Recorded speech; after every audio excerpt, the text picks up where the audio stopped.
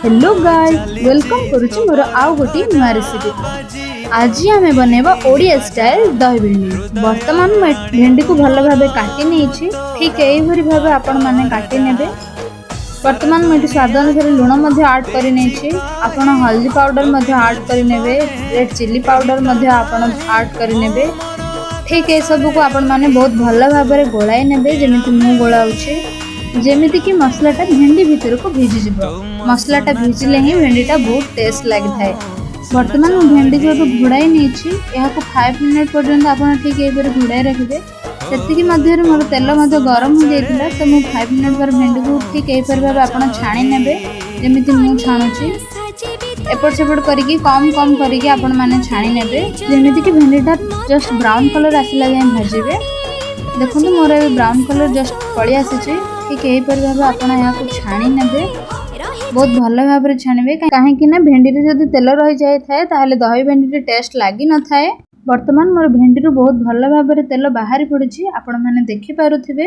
वर्तमान आमे एठी दही भेंडी पे छुंक प्रस्तुत करिबा। मु एठी जीरा, सोरिष, पानमौरी, भृषंग पत्र, 5 रु 6टी सुखिला लंका नै जायछि। देखंतु मु एठी 500 ml दही नै जायछि। आपण भेंडी रो क्वांटिटी अनुसार दही ऐड करिवे। मुझे पानी ऐड कर बेसी पतला कि बेसी मोटा करें, नॉर्मल रखिए।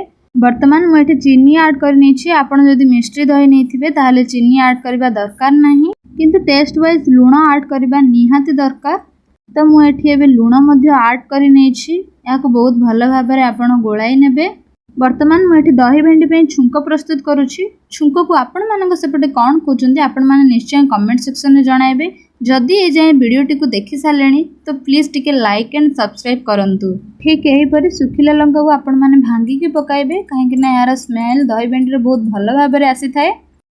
वर्तमान मोर एठी छुंक रेडी हो जाइछि। ठीक यही परि भाबे आपण छुंक को नै दही रे पकाई नेबे, किंतु दही को गरम करिवे नाही। ठीक यही परि भाबरे भेंडी को मध्य सेथिरे आपण पकाई नेबे, जेमिति कि भेंडी बहुत भल भाबरे दही रे भिजिबा दरकार। दही भेंडी को आमे 15 मिनट छाड़ी देबा। ठीक सही परी वर्तमान देखंतु मोर रेडी हो जाइछि ओडिया स्टाइल दही भेंडी। Thank you for watching my video.